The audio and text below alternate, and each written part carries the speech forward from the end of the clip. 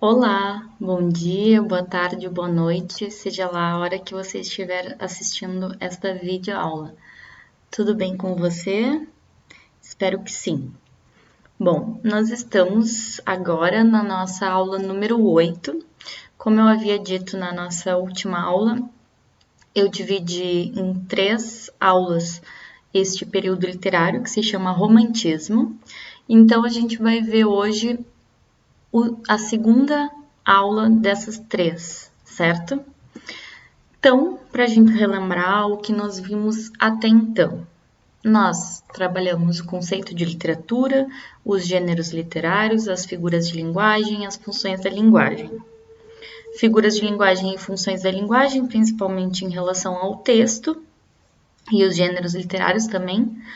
E depois nós começamos a ver os períodos literários, né? Para a gente entender melhor como que a literatura funciona desde o seu princípio até o final, ou final não, né? Ou até mais perto da gente no contemporâneo, que a gente vai chegando perto disso. Então a gente começou vendo trovadorismo, humanismo e classicismo, principalmente aqui em relação a Portugal, e depois nós vemos o quinhentismo, o barroco e o arcadismo já em relação ao Brasil, e agora nós estamos então na era nacional, vendo o romantismo. A gente viu a primeira geração, que é nacionalista em sua origem, digamos assim, e o seu principal tema é então discutir a identidade brasileira. E agora nós chegamos na segunda geração do romantismo.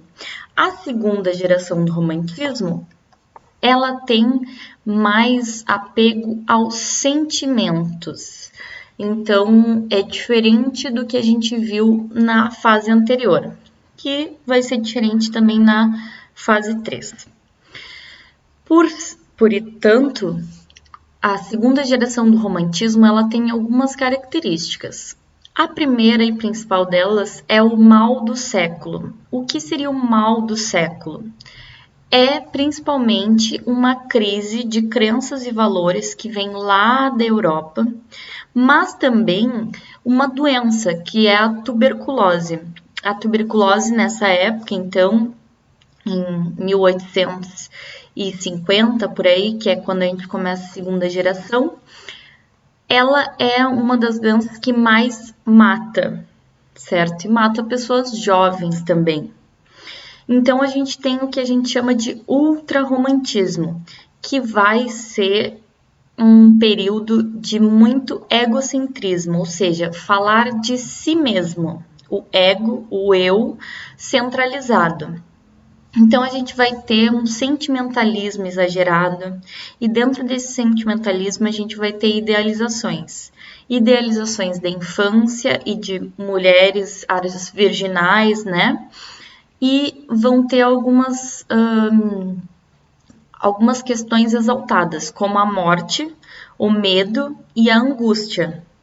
Além disso, uma característica muito importante também é a tentativa de fuga de realidade, que é a tentativa de sair daquele lugar que se está, já que esse lugar onde se está atualmente, ele é de dor, de medo, de depressão mesmo.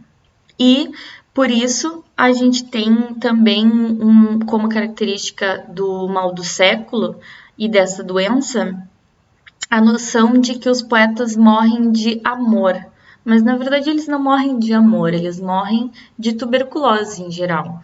Então é muito apegado aos nossos sentimentos, ao como nós estamos internamente, muito subjetivo. Talvez nesses momentos em que a gente está em auto-isolamento, também surjam essas questões mais fortes de quem nós somos e qual é o sentido da existência, e tudo isso a gente tem nessa segunda geração do romantismo. Notem que esses temas, eles são universais, eles servem para todos os momentos, toda época da humanidade, a gente se questiona qual é o sentido da vida, o que nós fazemos aqui e como que vai ser depois que a gente morrer. Então, a gente vê muito marcado nesse período essas questões, esses questionamentos. Alguns autores principais que a gente tem nessa época são o Álvares de Azevedo, o Junqueira Freire, o Casimiro de Abreu e o Fagundes Varela. Nós vamos ver algumas obras, alguns textos, né, algumas poesias do Álvares de Azevedo e do Casimiro de Abreu, principalmente. Que são vários, né? E eles produzem poesia, ou seja, textos em verso. Aqui, então, eu trago um poema do Álvares de Azevedo, que vai tratar sobre, logo de cara, a morte. Então, vou ler aqui para vocês o poema. Se eu morresse amanhã. Se eu morresse amanhã, viria ao menos fechar meus olhos minha triste irmã. Minha mãe de saudades morreria, se eu morresse amanhã. Quanta glória presinto em meu futuro, que aurora de porvir e que amanhã. Eu pendera chorando essas coroas, se eu morresse amanhã. Que sol, que céu azul, que doce alma, que dove nalma. Acorda a natureza mais loucã. Não me batera tanto amor no peito, se eu morrer amanhã. Se eu morresse amanhã, desculpa. Mas essa dor da vida que devora a ânsia de glória, o dolorido afã, a dor no peito emudecer ao menos, se eu morresse amanhã. Então a morte, ela, apesar de nos trazer alguns questionamentos de o que vem depois, afinal, pelo menos tem o conforto de que não se tem mais o trabalho de fazer o nosso futuro e em algum ponto tem o conforto, já que ele fala sobre a irmã e a mãe. Então são os únicos pontos de apoio que ele tem e que traz algum conforto, alguma satisfação. De resto, a vida é muito mais complicada para ele, então por isso que ele devaneia sobre o amanhã.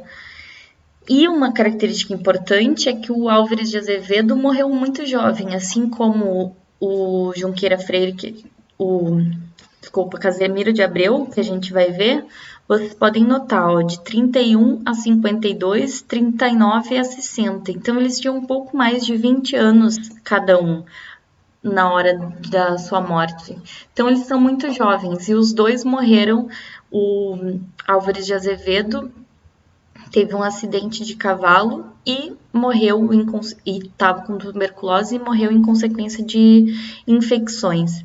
Então, eles morrem muito jovem e tem essa ideia da morte como o futuro, como a possibilidade de realização, certo? Aqui nós temos um outro texto do Álvares de Azevedo, porque além de poesia, ele escreveu contos, escreveu peças de teatro. E esse é a Noite na Taverna, onde ele descreve 5 personagens que vão contando histórias mais ou menos de terror. Então, tem todo esse clima de terror. E aqui a gente tem o que a gente chama de gótico, que é justamente essa ideia que vai ter nas artes em geral, da escuridão, da morte nos rondando, né? E, querendo ou não querendo, a morte está sempre nos rondando, né? A gente está até mesmo lidando nesse momento com a morte muito mais frente a frente, né? Mais do que a gente acredita que esteja. E o Casimiro de Abreu, que é outro poeta, vai nos trazer muito um sentimento de saudades. E as saudades dele é da infância e da terra, do Brasil, porque ele vai muito jovem para Portugal e produz a maior parte dos seus textos lá. E também morre muito cedo. Então a gente tem no livro que se publica póstumamente, ou seja, depois da morte dele, que tem esse texto que se chama Meus 8 Anos, que eu vou ler para vocês.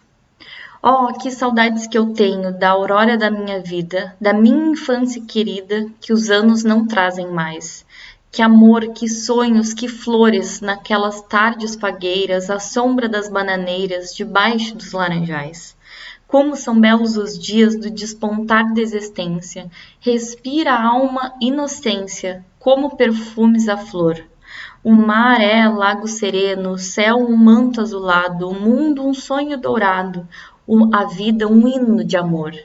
Então, nessa época, na infância, muito idealizadamente falando, é aquela época que a gente acredita que tudo vai ficar bem, porque afinal nós temos como única preocupação viver o dia, né? Ter as brincadeiras, estão aprendendo coisas aos 8 anos, por exemplo. O que a gente fazia? A gente brincava, a gente ia na escola, talvez, mas provavelmente, né? Espero que sim.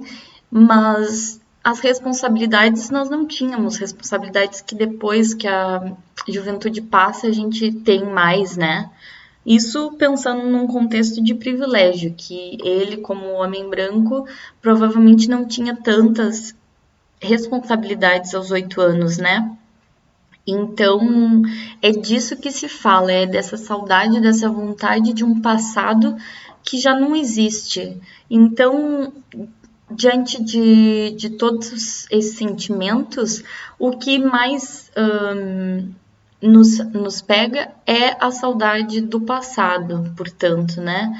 Essa vontade de ter a vida mais tranquila, mais serena.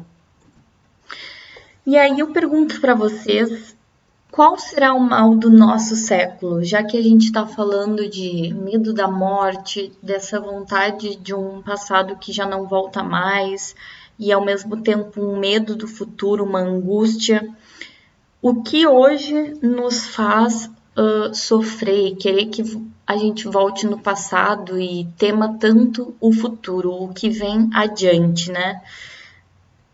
Penso que a gente está vivendo uma época de transformações e talvez o mal do nosso século sejam vários, né? Seja a violência, seja um vírus, seja o Estado, tem várias questões que nos fazem estar numa situação de mal do século. E hoje não é a tuberculose, mas é o coronavírus, então talvez nós tenhamos uma doença também que seja o mal do nosso século, uma doença